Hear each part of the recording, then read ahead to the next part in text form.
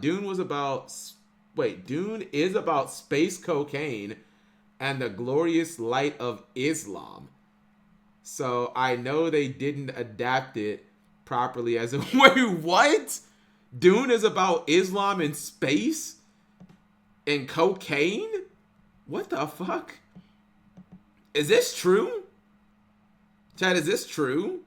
That Doom is actually about Islam and it's about like space cocaine? That's interesting. Because I mean, are there Islamic actors in Dune? Because like, the main dude is what Timothy something. He's not. He's not Islamic, and neither is Zendaya. Spice. Oh, I'm like, I know he wrote cocaine. Spice is cocaine. It takes place in the desert. So does Alabasta and One Piece. Just started watching that. All right. On January 20th, 2011, PJ Turney wrote an article on Konami's blog about a new card coming out in Storm of Ragnarok, and that card is Max C. Throughout the article, he mentions ways Max C can help you deal with decks like X-Saber, Six Samurai, Fish OTK, Plants, and more. They even acknowledge the fact that your opponent would stop special summoning if you resolved Max C.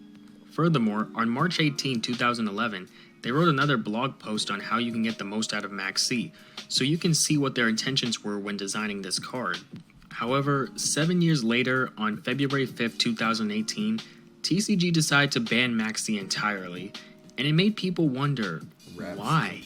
Why did the TCG decide to ban Max C? What changed? You could argue the problems from 2011 got even worse throughout the years, so why do this? Well, that's what I want to answer in this video. Now, I understand everyone's got their opinions on Max C, and let me make this clear. I'm not here to change those opinions. Be honest, whatever your opinion is on Max C, it's probably never going to change no matter how many people say otherwise, and that's fine. I'm not trying to argue that Max C should stay banned as some of you might think based on the title of this video. In fact, my bias on Max C will not be in this video. I'm just trying to show why the TCG banned Max C based on the research I did. After all, we can argue all day and long whether or not Max C should be banned, but at the end of it, we're not the ones who make the final decision. That's up to Konami whether you like them or not. So I'm just trying to understand their ideology, as I think I can make an argument that Max C is the ultimate symbol for how different OCG and TCG's ideologies are. Okay, before we get started, let me break down how this will go. Basically, I'm going to be showing 4 different aspects of Max C that goes against the TCG's ideologies. Some of them will correlate with the OCG, but I'm mostly going to be looking at it from the TCG's perspective, especially in the competitive landscape. And I'll be using evidence from past banlist hits and things that Konami TCG themselves have said. So, with that out of the way, let's get started, shall we? Alright, the first point I have is that both sides of Konami dislikes popular cards. The best way I can describe this is by saying that any card that's seeing high amounts of play in the meta by all decks will get hit on the ban list at some point. Cards like Book of Moon, Bottomless, Compulse, MST, Pankratops, Cyber Dragon, and more have all been hit because of this reason. In fact, OCG has done this more with cards like Pot of Prosperity, Kashtira Fenrir, and even Ash Blossom for the same reason that they're too popular. And while the TCG does this too, what's different is that they'll hit popular cards that grant too much advantage. The reason I say this is because I feel like some people might respond to my point by saying this. If they hate popular cards, then why don't they hate Nibiru, Imperm, Droplet, and more? The reason why is that those cards don't provide much advantage compared to the other cards I'll be talking about. To understand this, cards that everyone will play, but can also give an overwhelming advantage at the same time, will have a target on its back by the TCG. Cards like Cold by the Grave, Appointer of the Red Lotus, Soul Charge, Solemn Judgment, and more are all popular cards that have ended up on the ban list, with one of the main reasons being that they grant too much advantage. Now hold on, why is Solemn Judgment on here, you ask? Well, to give some context, back in 2009, Solemn Judgment got limited and people in Pojo were wondering why. Well, Kevin Tewart, the former head of Konami R&D, believed that Judgment was broken, even though everyone else thought it was a skillful card, since using it at the wrong time could possibly lead to you getting OTK'd. However, Tewart did not agree with this. He believed Solemn Judgment was broken because it can negate anything, And because of the card's high rise in usage during the Zexal era, on September 2013 when the ban list split, Tour took its first opportunity and banned Solemn Judgment, which falls in line with my point about TCG hitting popular cards that they think grants too much advantage. To back this up even more, cards that have drawbacks to them like Psyframe Gear Gamma and Brilliant Fusion have ended up on the ban list even though they have some pretty harsh downsides, with the main reason being again is that they provide too much card advantage. In Gamma's case, when Excel Stardust came out, it made Gamma better to resolve turn 1, as now you can get a Baron if you negated a hand trap from your opponent. I think that reason made TCG believe that the downsides of Gamma did not matter anymore, leading them to limit Gamma on the May 2023 ban list. As for Brilliant Fusion, it got hit because it can provide 2 monsters and an extra normal summon, which can be a lot for one card, with the only downside being a Garnet. Same as Gamma, I believe that the TCG thought this was too much for one card to do, and with Master Rule 5 coming up, they probably decided it was best to remove Brilliant Fusion from the game. The reason why Max C fits in with this point is because it does the same things as the cards I mentioned before. A card that will always see play in every deck, and the amount of advantage it provides is too much for one card to do. In fact, this logic connects with the next point I have about the card. My second point is TCG dislikes one cards that grant too much advantage, and I know this sounds similar to my first point, I didn't know how else to word it, but this one focuses more on cards that literally give you too much advantage despite not every deck in the format playing it. Cards like Reasoning, Monster Gate, and Grass have all ended up on the ban list due to them being able to provide too much advantage. People have found ways to get a plus 20 out of these cards, and I believe that the TCG does not like having these cards in the meta, as getting a plus 20 can give a huge upper hand to the user, whether it's through the grind game, unbreakable boards, and possibly FTKs. Meanwhile in the OCG, these cards are all at higher numbers, which shows one of the differences between OCG and TCG. I also want to add to this point by saying that it's not just cards that can mill 20 as Grass can, but also these one card combos have been treated the same way, especially those where you can do it every turn, and any card that have seen high amounts of play in the meta have ended up on the ban list. Cards like Prank Kids Meow Moo, Super Heavy Samurai Scarecrow, and most recently Mathmech Circular have all ended up on the ban list because they provide too much advantage, whether it's through their existence like Meow Moo or Scarecrow, or their effects allow their decks to do too much like Circular did for Mathmech. So these hits show how the TCG dislikes any card that can grant too much card advantage, even if the card is not popular amongst all decks. They might do too much in the... I low-key hate TCG Konami sometimes, chat. I don't know about this card, but unban these cards for the love of God, please. Both of these cards should be at least at limited stat. I think this one's at 1 in the OCG, but this one's at 3 in the OCG.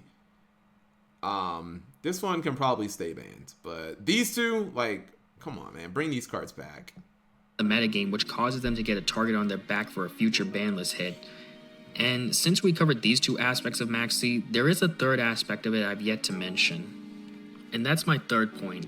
TCG dislikes the abuse of draw cards, which I know sounds counterintuitive because Upstart Goblin went to 3 on a recent ban list, but when you think about it, over the years, they've hit a lot more draw cards than the OCG has. Heart of the Demise. Into the Void, Chicken Game, Paw Desires, and Upstart Goblin have all spent some time on the ban list, whether limited or banned today.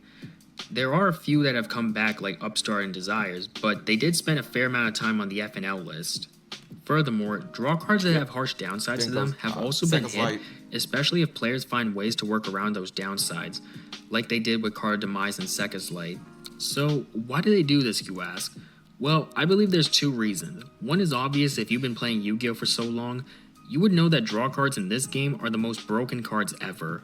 Since we don't have a resource system or limit on how many cards you can play, being able to draw multiple cards can easily give you a huge advantage, especially in modern Yu-Gi-Oh where you can get more extenders, board breakers, hand traps, or anything to advance your game state. And that type of effect over the years since DM has always been restricted in some way, shape, or form. However, cards like Chicken Game, Upstart, and Into the Void don't have this restriction, which leads to them getting hit by the TCG. As for the second reason, my personal theory is that TCG dislikes how draw cards can cheat the deck size limit. What do I mean by this? Well, because the minimum deck size is 40, a draw card can be like a cheat code since you're digging deeper into your deck, And in a way, it feels like you're actually playing a 37 card deck or lower depending on how many draw cards you put in. You see, back in Arc V, when cards like Chicken Game and Upstart Goblin were seeing high amounts of play in tournaments, TCG decided to hit them not just for their popularity, but for how they allowed players to dig deeper into their decks. And this ideology, in my opinion, led to other draw cards getting hit, including Max C. Because in most cases, you're drawing at least one card off of it the moment your opponent tries to special summon. As for the OCG, yeah, they do hit draw cards sometimes, but they're not as harsh as the TCG, and they tend to have more draw power than we do. That's not to say we don't have a lot of draw power, but at certain points, TCG might hit a draw card when they deem it's ready. Who knows, maybe one day talents might get limited. Okay, Wouldn't be surprised. now we have covered 3 aspects of Max C that are different between both the OCG and TCG. But this last one was the final nail in the coffin for Max C, and that's TCG's philosophy on going second cards. In my opinion, this is the philosophy that has gone through the biggest change over Yu-Gi-Oh's history. Like I talked about in the beginning of the video, does it feel weird that the TCG banned Max C, considering the fact that they created this card, knew what it was going to do, and fulfilled that purpose? Well, yeah, it kinda does feel weird. Every card in Yu-Gi-Oh was designed for the moment they came out, and in Max C's case, it was designed to beat combo decks like Samurai and X-Saber. And to be fair, combo decks like those two will always be around as Konami's not going to stop making them, so then why ban the best way to counter them? I think the main reason is that TCG realized Max C itself has no balance factor in it. What do I mean by balance factor? Well, when you resolve Max C, you just get to draw cards based on how many times your opponent special summons, and as we explained before, drawing cards can be broken, especially in modern Yu-Gi-Oh! So it begs the question, what makes Max C itself balanced? Does it have a cost other than discarding itself? Does it have a limit on how many cards you can draw? What does Max C itself have that makes it balanced? I know some people bring up the we have counters like Ash and Cold Buy, but counters in most cases don't justify a card itself being healthy. Plus, it's not like TCG thought of the long term of Yu-Gi-Oh! When designing Max C. I highly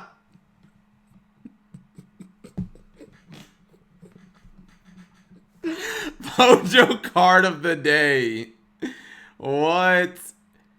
Maxi 2.87 out of 5. Not even that. What the hell? Maxi opens the week, and this thing is so rare because level 2 Earth attribute insect monster with 500 attack and 200 defense. There isn't a whole lot to do with this card. Honestly, you get to draw 1 for each time your opponent special summons a monster. You can only activate this effect by sending it to the graveyard from your hand. So you can do it during either player's turn. Obviously, they know it's coming. Realistically speaking, it probably isn't enough to keep your opponent from performing a special summon. What? The fuck? Dark Paladin, by the way, chat, was a terrible review. It's like he doesn't even understand. What? The point of the card is not to stop the special summon. It's to dissuade your opponent from continuously special summoning. It's to say, hey, you should probably stop. You only give me 30 cards. The Heinz. Wow, that's crazy. Man. That's interesting. Okay. doubt they foresaw how powerful it would become, and to be fair, when Max C did come out, no one really played it at the time, which would explain its poor rating on Pojo's Card of the Day during the time it was first released. Anyways, what I'm trying to say here is that at some point, TCG had a change in ideology on how a going second card should act in Yu-Gi-Oh! They are aware of how oppressive combo decks can be, but having a card that grants the user who resolves it all the advantage was pretty unfair to them, which is why moving forward, every going second card they made had some balance factor in it. You have cards like No Material, Dark Ruler No More, Nibiru, and yes, Dimension Shifter are all examples of going second cards that have a balance factor to them. Each card is designed in a way where both players go neutral when resolving it, meaning that one person isn't going to get all the advantage when using these cards. Here, let's use Nibiru as an example. You're still able to special summon when going first, but once you go over that threshold of 5, your opponent can punish you for overextending. Furthermore, you're not left defenseless as Nibiru does give you a token to defend yourself with. Max C, on the other hand, punishes you the moment you try to special summon, causing the whole Max C situation. And it's not like you get anything out of Max C, you're just left in a spot where you either end your turn or give your opponent a ton of cards, something that these other going second cards don't do. Now, I know people will bring up Dimension Shifter, but you have to dedicate an entire strategy to abusing going second cards like him. But with Max C, you don't have to dedicate anything, you just have to have it resolve and see what happens. Even the OCG shares this ideology to an extent. Cards like Droplet and Ultimate Slayer are designed with a balance factor in mind. However, when it comes to Max C, I can't think of a definitive answer for why they keep it. My best guess is that they're willing to have it around as it's a one-of-a-kind card, which is the best at beating combo decks. What I mean is, unless there's another card that can beat combo decks just as well as Max C can, then the OCG won't have a reason to ban it since no other card can perform like it, due to how the format is always changing and almost all hand traps come in and out. Max C's the only one that 99% of the time stays relevant. That's just my theory, I could be wrong, plus there are other factors like playstyles, but we'll never really know since we don't fully understand OCG's philosophy. As for the TCG, this point is also backed up by the fact that they banned another card that goes against this ideology, and this card does the same thing as Max C, but for a different type of deck. And that card is Red Reboot. You see, this card is a control deck version of Max C, where it punishes them for doing their main playstyle, aka punishes them for using trap cards. Because you can always pay half your life points, you get to negate your opponent's card, lock them out of traps entirely without any sort of downside for yourself, and in most cases, you're probably going to OTK or break their board. I mean, I don't think I ever told you guys this, chat. Red Reboot is probably my most hated card of all time. Like, real talk. And I feel like if your most hated card isn't a card that has been on the FNL list, you're probably like a scrub. If you're like, my most hated card is Blue Eyes White Dragon, it's too strong. You know what I mean? But if your most hated card is like something that is either banned or was banned, that's like legitimate. Your most hated card should be a card on the FNL list, not like some shitty card like I hate the dimensional prison because it banishes my monster. You know, mine is Anime Night. I'm pretty sure yours is Mystic Mine, right? So Jerry Beans, man, in the anime strong. when he used this card against Emma.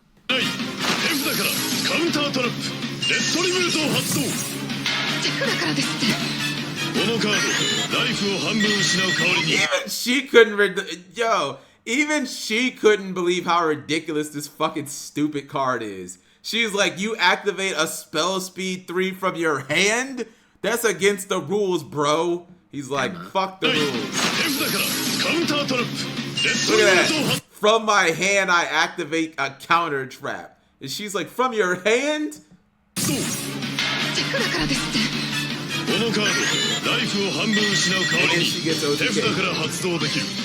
そしてトラップカードの発動と効果を無効にしてセットした状態に戻すさらにお前のデッキにトラップカードがあるならそれを伏せることもできるもっともこのターンレッドリブートの効果によりお前はさらに除外されたお前のカード1枚につき500ダメージを与えるマイグレーションフォースバトルだトポロジックトゥリスバイナで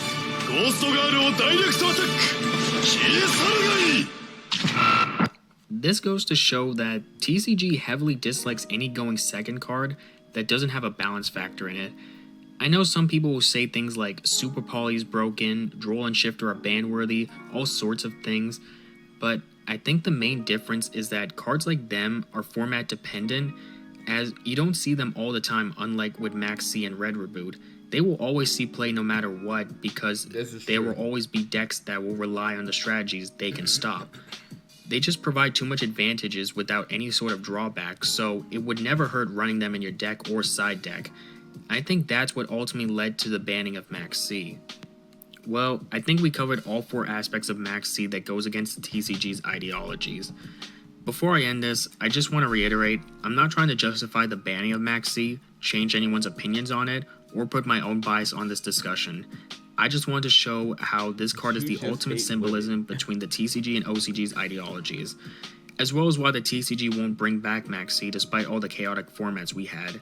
I could be wrong, but it feels like that's how things will be for the foreseeable future. As I said before, we can discuss all day whether Max C should be legal or not. Both sides do have valid points, but we're not the ones who decide the ban list. That's up to Konami, and I just wanted to show their philosophy on the competitive side of Yu-Gi-Oh! Anyways, that's the end of my video. I hope you all liked this. I've been working on this for a long time, and hopefully you found this entertaining and informing. That's all I have to say about this topic. I hope you leave a like and subscribe for more. Thanks for watching.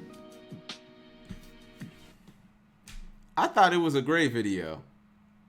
That's my feedback. I thought it was a great video, Dark Emperor. Wish we got more content out of you, but I think that's a great video.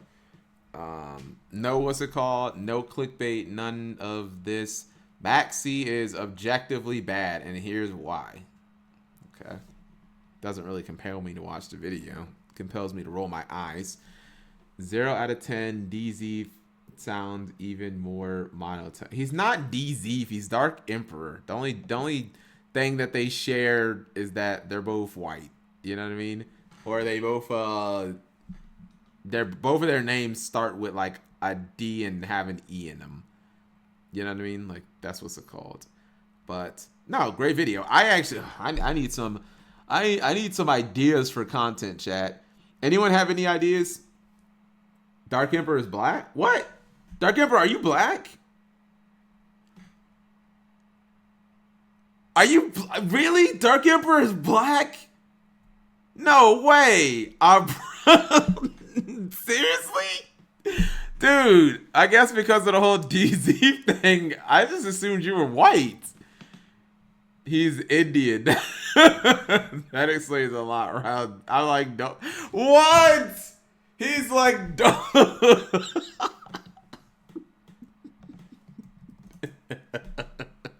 Are you serious? Chad, did you guys all know this? I just assumed because everyone says you sound like DZ that you're white. Yeah. I've just assumed the entire time that you were white. I'm like, I don't know. Everyone just says DZ. I feel offended by association. None of you know me. Well, obviously, Dark Emperor, and we haven't physically seen you, so that's why, yeah. Like none of us have physically seen. Ooh, that looks so good. None of us have like physically seen you. So, what's it called? I swear, Dark Emperor said he was black. I don't remember that. Yeah, I don't remember him ever talking about his ethnicity. So that's why I'm like, oh, he's probably what's it called.